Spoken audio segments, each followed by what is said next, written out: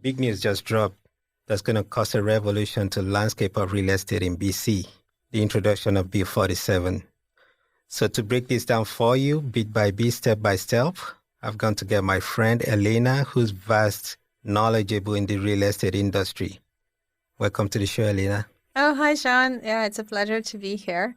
Yeah, my name is Elena Yilesraf. I'm EXP Realty, and I'm very happy to meet with you, Sean, to discuss the impact of these drastic changes that we're seeing in 2024. Thank you so much for coming. So for my listeners and viewers, right, we all need the education about this new bill that's coming to town, right? Mm-hmm. Can you put us through the new bill from what you know about it? Basically, we're going to be talking today about Bill 47, or transit-oriented development zoning, that's coming into all the areas that are impacted by mass transit. So those homes along SkyTrain routes, both existing and future SkyTrain stations, and also anything that is near a major bus exchange. That's why we got you here to tell our viewers and listeners all about it. What have you heard about it so far?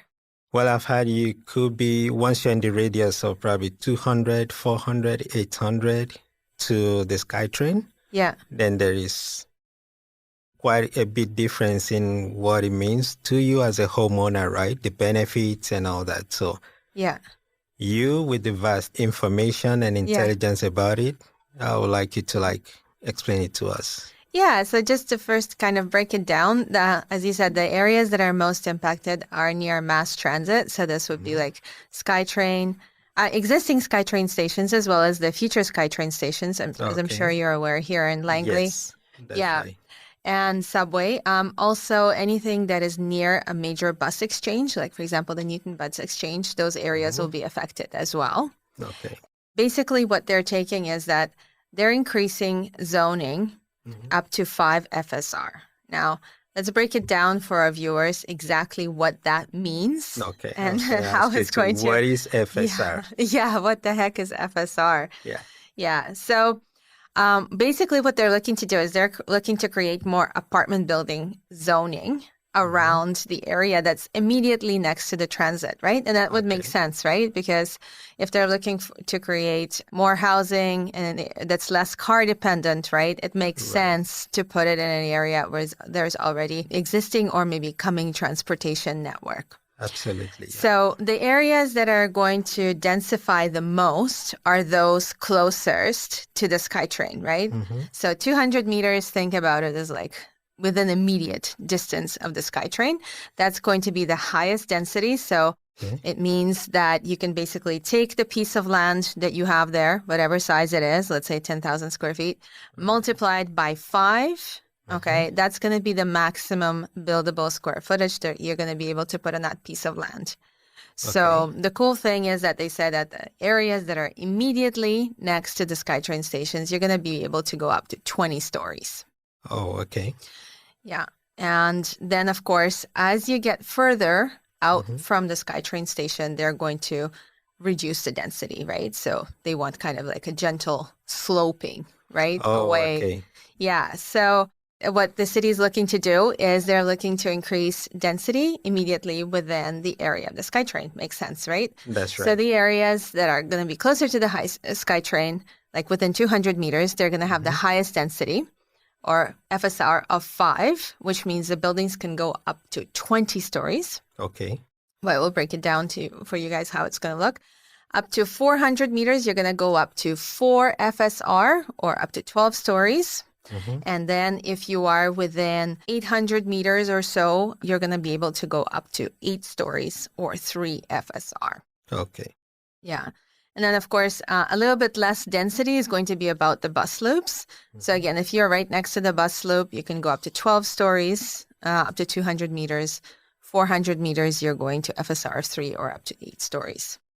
Okay. So the further you are away from the SkyTrain, the lower the density, right? Exactly. Yeah. I think what they're trying to do is they're basically trying to put more people within immediate walking distance of the public transit and fewer people as you go further out. It makes a lot of sense, right? Yeah. What cities do you think this will affect? Oh, if we're looking just across our metropolitan area, There's Burnaby, there's even Chilliwack, Coquitlam, there's Maple Ridge, Mission, New Westminster, North Vancouver, Port Coquitlam, Port Moody, Richmond, Surrey, Langley, Vancouver itself, right? And then in the outward areas, we also have, for example, Kamloops. Even cities like Kamloops and Victoria are going to be affected by this. Because if you think about it, they might not have SkyTrain, same as Metro Vancouver, Right. but they have the bus loops, right? So That's which right. are actually going to benefit from this densification. Right. So yeah, there's a little handy map that I can show with you guys that shows exactly where these areas are. You can go to the website and check it out. Sure. To see That's if great. your home falls within of those lucky areas that are going to benefit from this density. That's good. So let's say my home falls in one of these. Let's say my home falls really close to the SkyTrain, right? Yeah. 200 meters radius. Yeah. What benefit does it pose to me as a homeowner? Like if I'm going to be saying, okay, maybe in the future, I want to sell. Yeah. What benefit would there be if I sell like as a single plot? Single family. Or if I sell, like maybe get my friends together and we do it as a group. Okay, what makes sense? Well, the bigger piece of land you have to work with, the easier it is to add density because, to go 20 stories up on a, let's say, average 5,000 square foot lot is going to be really difficult. High story buildings generally need like a certain size footprint, right, on the ground so that you're not building a candlestick that's going to blow over in the wind. Right. or collapse during an earthquake. We are in a earthquake-prone zone. So I would just say that as a minimum guideline, is what I've seen in Vancouver, around the Broadway area plan, right? I think it's going to have a little bit of impact on how this rolls out. Basically, you need at least a 10,000 square foot lot, right, to start off with. Okay. And then the other thing that the city is doing is that they're not letting you build out 100% of that lot. They don't want to see like these like Lego blocks go up that is like 100% covering the piece of land. They want to see some park space or, just some setbacks, some green space in and around the building. Right. So that takes basically into account. So the higher up you go in terms of floors, the smaller the footprint they want the building to have. Okay. So if you are, for example, if you want 100% lot coverage with a 5 FSR, you're looking at 5 stories. If you are doing 5% lot coverage, then you can go up to 20. Oh, okay. Yeah, so it's different ways to play it around. I took a basic 10,000 square foot lot to see how the numbers would play out.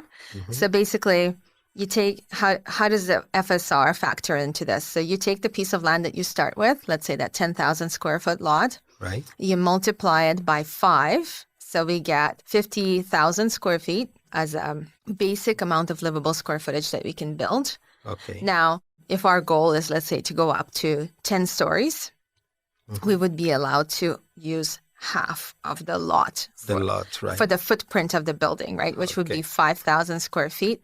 Now, 5,000 square feet, you take it 10 floors up, you have that 50,000 square footage.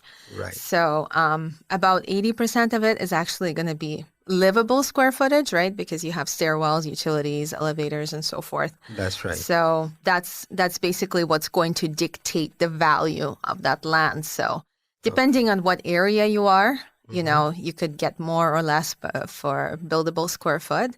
But let's say $200 a square foot, 40,000 livable, sellable square feet that you get out, you would potentially be able to make $8 million for that 10,000 square foot lot. But like I said, it's all area dependent. The bigger lot you have, the bigger building you can manage to put on that piece of land, the more you're going to benefit from. Okay. Or the closest you are to the SkyTrain, the more you're going to benefit from the rise in value. Yeah. So let's say I don't have the 10,000 square footage, right? I have probably only 3,000 or 4,000. Yeah. What can I build on those? If you're really, really close to the SkyTrain station, let's say that within that 200 to 400 meters radius, then it probably makes sense to get together with a couple of your neighbors to assemble a site that's big enough for a building. Yeah, and what they are actually looking for is not only the fact that your site is, let's say, 10,000 square feet, but they also want to make sure that it's wide enough, let's say at least 50 to 60 feet in front. So it has enough of, I guess, a front street frontage so you can allow for parking access and things like that. So it's not just, like having a narrow strip of land that's 10,000 square feet. You want to make sure that it's as close as you can get it to a square or a rectangle. That's right. That's So wide you're gonna enough to make room put a for building. everybody, right? Yeah, that you can actually make room for a building. Yeah.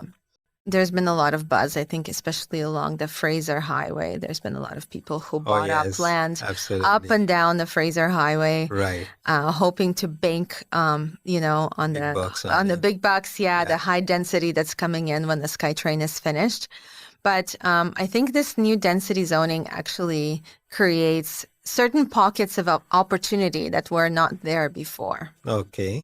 Yeah. Because before, I think it was streetcars that were supposed to come, right? Yeah, there were And then, streetcars. That was on King George. I think, okay. yeah, they were originally thinking to connect Newton Town Center with the Surrey City Center. So Okay. along that route, I would say no, that would be mostly like the Newton bus exchange that would Okay. benefit from higher density, but not along the bus Not along the stops. bus Yeah, stops. not along the bus stops that are there. Yeah. As a homeowner, right, I have a 10,000 square footage of lot very close to the SkyTrain, future SkyTrain station. What information should I be getting that is going to make me make that informed decision moving forward? Yeah, there's a couple of aspects you want to look at it. So first of all, I would look at whether there's already existing zoning that's already zoned your home for that higher density. Because, like you said, that there are pockets that have already been rezoned, let's say by various municipalities, by City of Surrey and Vancouver and so on, that this is an area that's already zoned for apartment buildings. Okay, Right. so it already has the higher value. So from that perspective, I would say check first what the local area plan is. Okay. Because if you have benefited from that zoning, I think there's not going to be that much increase in value for you, right? But there are, again, we have different tools like AutoProp, right? That can help us sit down and figure out exactly where your home is and whether it is outside of current zoning that allowed for higher density.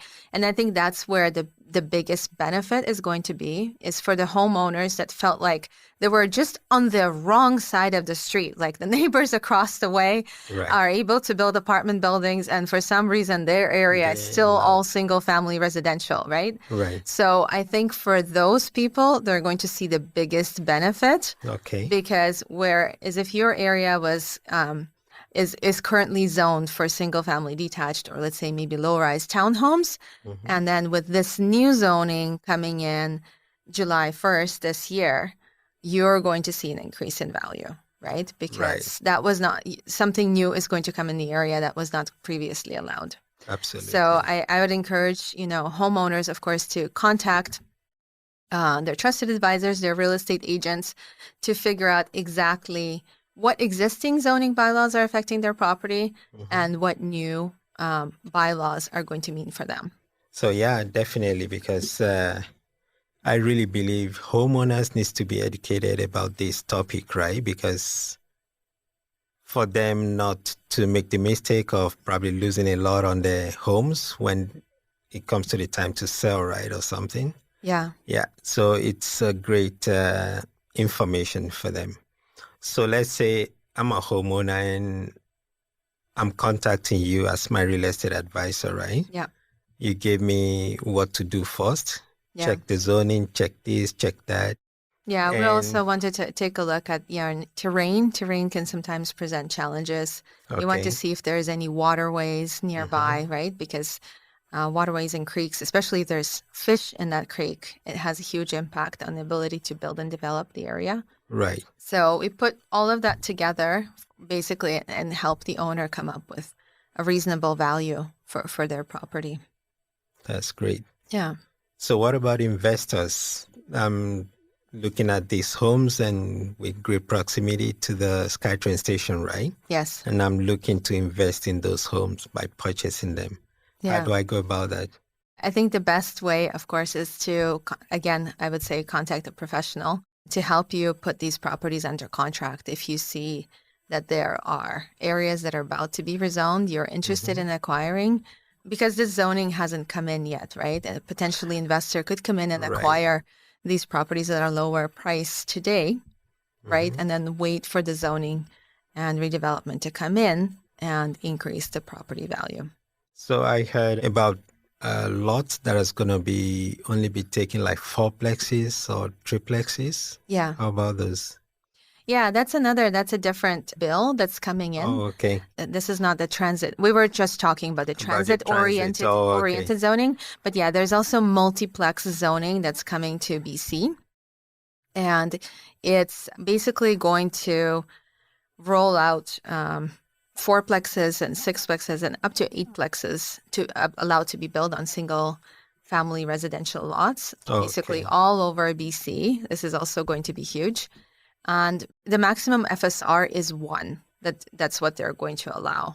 And I think we can get some guidance. We can get some clues of how this is probably going to get rolled out, because Vancouver just got this zoning rolled out in the fall last year. I'm seeing a lot of the similarities, right? Like Vancouver is kind of used as a testing ground for a lot of these real estate investors. Ideas, that's later spread across the province and even across the country, right? Like we were the first to introduce foreign buyer tax, for example, right? Later it went to Ontario, right? Or Airbnb ban, right? That's spread now across the country. Anyways, so that's where I would say that the Vancouver multiplex zoning is most likely going to be the template of what we see happening in the rest of BC. Okay. And what the city of Vancouver has done now is that they basically charge you a development charge to help you take the FSR to 1. So if you have a 3,500 square foot lot, you're able to build 3,500 square feet worth of living space on it, providing that it actually fits on there with setbacks and everything. Right. And trees are a big thing in Vancouver too. If you've got a huge tree, that's going to be challenging. So how much can you really build on it? I don't think you could really build a fourplex, because then you're making really, really tiny units, right? So what's more feasible, I think, is for people to build, and what a lot of East Vancouver has been building, is front to back duplexes with a rental suite on the bottom. Okay. Because that basically leaves about 1,000, let's say, 250 square feet, let's say, for the main house. That will be $1,250 per side. That's 2,500 square feet, right? And then you have another 1,000 square feet left over to make little one-bedroom rental suites. That's kind of what I've been seeing in East Vancouver. That's what you could do with a single lot. Single lot, right? Yeah. And then, of course, like you said, what you see is that in order to sell them differently, you'll need individual property identification numbers. Okay. And that's an added development cost, right? So what I see is more cost effective for people is to just have 2 rather than 4 PIDs. Right. And then just have the added benefit of the rental income, right? Which helps increase the value of the duplex you're building. Yeah. I was going to ask you the questions too, like. Yeah. So if you have a duplex, how do you sell? Do you sell them by themselves, each door, or you could sell them as one unit? What the city of Vancouver has done is, for example, I'll take a different example. Let's take a fourplex, right? Okay. Because explains it better. It explains it better, yeah. What the city of Vancouver has done is that if you don't make individual PID numbers for the different units that you're building, they're basically lower your development costs, because they think that you're basically building like a rental building, right? If you don't assign individual PIDs, you can't sell these units separately. Right. It's going to be more kind of a rental building. So there's lower development cost charges associated with that. But the kicker is that you will have to sell the whole thing likely to an investor, right? Okay. And then that might not necessarily translate into the highest value for the property. Why? Because investors will be buying at basically 7% interest rates, right? In order for that property to cash flow, it will have to produce at least a 7% cap rate. So that lowers the value quite substantially. I think most real estate in Vancouver, despite the insane interest rate hikes that we had last year, most real estate is still somewhere around 3 to 4% cap. Right. Which makes it really hard to finance. Yeah. Right. Wow. But like I said, if you're looking for the best value, it's probably, to build and sell for people who actually plan to live in it. I don't think that, at least in Vancouver area, I don't see a lot of, I don't see people making a lot of money by building, let's say, a fourplex or a sixplex for rental building. Okay. Only, unless you make it into like a hotel. I got the information like my home is going to be affected by the new bill coming up, right? Yeah. When should I say, okay, is the time that I could make money off of it? Or like it could be of a big benefit to me now, later? Yeah. Okay. What should you do? Yeah, it's I think it's the biggest questions you and I face right now in this market as a realtor. Does it make sense to sell? Right? And what's a better strategy? I think it's for a lot of individual homeowners who are in those homes, it comes down to their goals and life decisions, right? For those people who are looking to retire in the next couple of years, I would probably say that this is a good point to cash out. Okay, because they're sitting on... because they're sitting on a lot of equity. And probably, if you're getting to the point where getting passive income is becoming more important than growing your capital, I would say probably this is a good idea to sit down and talk with your real estate advisor, with your financial advisor, and look at the ways that you can use that capital to generate some passive income for yourself in your retirement and basically, live the dream. That's right. Retirees need that cash flow, right? Passive income. Right. Another aspect could be that, with this higher density development coming into the area, there's going to be a lot of disruption. There's going to be more traffic. There's going to be more noise, more construction noise for the next couple of years. So again, depends on your lifestyle, right? Or whether you're actually living in that property or holding it as an investment. Right? Because if you're going to be impacted by the traffic and noise, you want to escape it, maybe it makes sense to sell, right? If you're looking at it as maybe as something that you want to hold on to and develop later, then I would say, that it makes sense to buy and hold on to it. One big question is selling the only option for homeowners in this area, or there's some other options for them? Yeah, I'm glad you asked that question. Certainly, there's an opportunity to joint venture with developers. Okay. It might provide kind of a win-win scenario for both, where if a person doesn't need cash immediately, they're willing to partner up with a developer and basically carry the property while the developer applies for, construction permits, gets the property rezoned, and creates the plans, right, of what apartment building can actually go in there. That helps developer, carrying the property usually costs developers an insane amount of money during that entire process. So partnering up with a homeowner who's patient and is willing to wait a couple of years for that to materialize is definitely something worth exploring. Well, that's absolutely great, because most homeowners probably be thinking, if I don't sell, then I'm out, right? But with this, you made them know that they have great options outside of selling, right? Yeah, exactly. Really like I said, it's a little bit, a little bit less guaranteed, right? Because there's a certain risk with development that comes, right? We're all hoping that the prices will either stay stable or go up in the future, right? In which case it works out great. But there's inherent risk with development and partnering up with developers, right? Not everything goes according to plan. Not everything is guaranteed. So. But at least it's good for them to know they have that option too, right? Like, okay, should I sell or should I joint venture with a developer or something, right? Yeah. Yeah, that's good. Yeah, so it makes sense to reach out to real estate professionals who have those connections in the community and can work through those different scenarios to determine what's the preferred option, right, for that particular homeowner. One of the biggest things that people are not talking and implementing, like what is it actually going to take to see this density come into communities? And a big part of it is infrastructure. Is there enough power in the area? Is there enough water? Where's the sewage going to go? One of the reasons I think why they're asking for smaller building footprints is because there's going to be also impact on drainage. You have more paved over surface. We are in an area where it dumps buckets in the wintertime. Right. Where's that water going to go, right? If there's no proper drainage or a plan for drainage, it's going to end up on the streets and it's going to have flooding and all that kind of fun stuff. Why does the government restrict this bill to, somewhere around only SkyTrain and bus loops? Why not just everywhere in BC?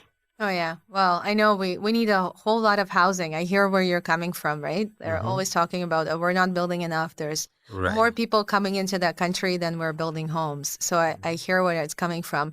Unfortunately, there's a lot of moving pieces, right, that makes a building come into the neighborhood. And I think the reason why they're planning for this is they're looking for areas that already have power, already have water and sewage infrastructure where they can actually put in a taller building as opposed to a single-family home. And even with this very, like you said, the restrictive areas of 200 to, let's say, 800 meters from a SkyTrain, I think if you watch the news, you'll see that there's a lot of cities that are giving government a pushback on this new bill because they're saying that they might not necessarily have the infrastructure to put that much density in their community right now. So that could probably slow down development too, right? That is definitely going to be one of the challenges. Yeah. How do you, even if you reduce parking requirements by saying like, okay, 1 bedrooms don't deserve a parking space, they can take the transit, right? 2 bedrooms get 1 spot. Even if you drastically reduce parking requirements, you're still looking at, is there going to be power in the building? Well, fortunately, along the SkyTrain route, they've already upgraded power lines, right, to power the SkyTrain. So yes, there's going to be power. But, what about water, sewage, things like that, right? That's also important to consider. Mm-hmm. And I think that's why they're restricting it. That's why we're not going to have like a free-for-all and just put an apartment building anywhere you want. Okay. Yeah.